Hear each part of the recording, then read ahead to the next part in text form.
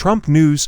Ex-Trump advisor raises serious concerns about possible second term in office. The possibility of President Trump's re-election in November caused Mark Esper, who was Secretary of Defense under Trump in the past, great alarm on Saturday.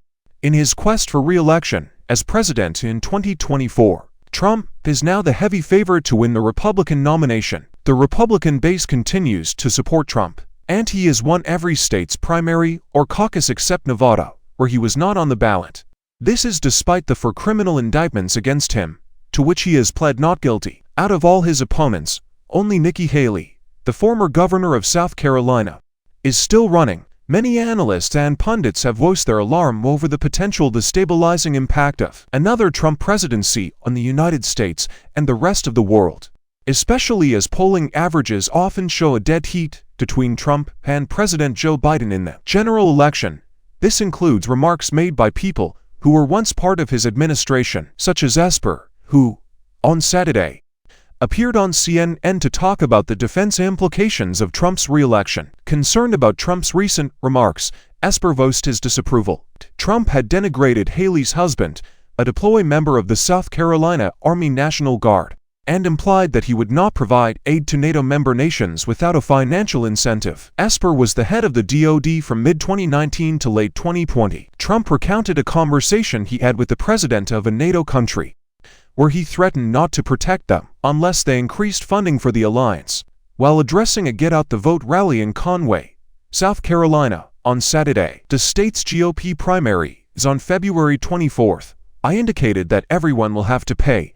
They asked, "Will you continue to defend us if we don't pay?" I said, "Absolutely not." The response shocked them.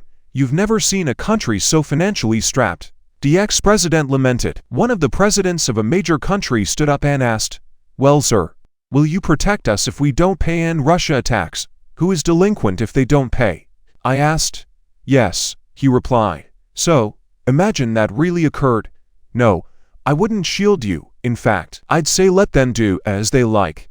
All NATO member states chip into the alliance's coffers. The gross national income determines the amount that each member contributes. His perspective is quite transactional, almost like a country club where one can't use the spa or play golf unless they pay their dues. Esper explained, "He usually does things that way. The correct course of action, according to Esper, was to either leave the alliance or threaten not to assist other members in their fight against Russian aggression." He agreed with Trump that many NATO allies are not fulfilling their previous promises, an opinion shared by many other former presidents. Additionally, Esper expressed concern that Trump would withdraw support for Ukraine's conflict with Russia, even if he is skeptical that Trump would authorize an invasion of a NATO member. "If he comes back to the White House, I'm worried he'll end all aid to Ukraine, which will weaken the alliance supporting them and make them more susceptible to Russian aggression," expressed Esper. Esper was concerned that this could prompt Trump to demand the withdrawal of U.S. NATO forces from friendly states, but a clause in the National Defense Authorization Act of this year makes it such that no president of the United States can withdraw the country from NATO without the consent of Congress.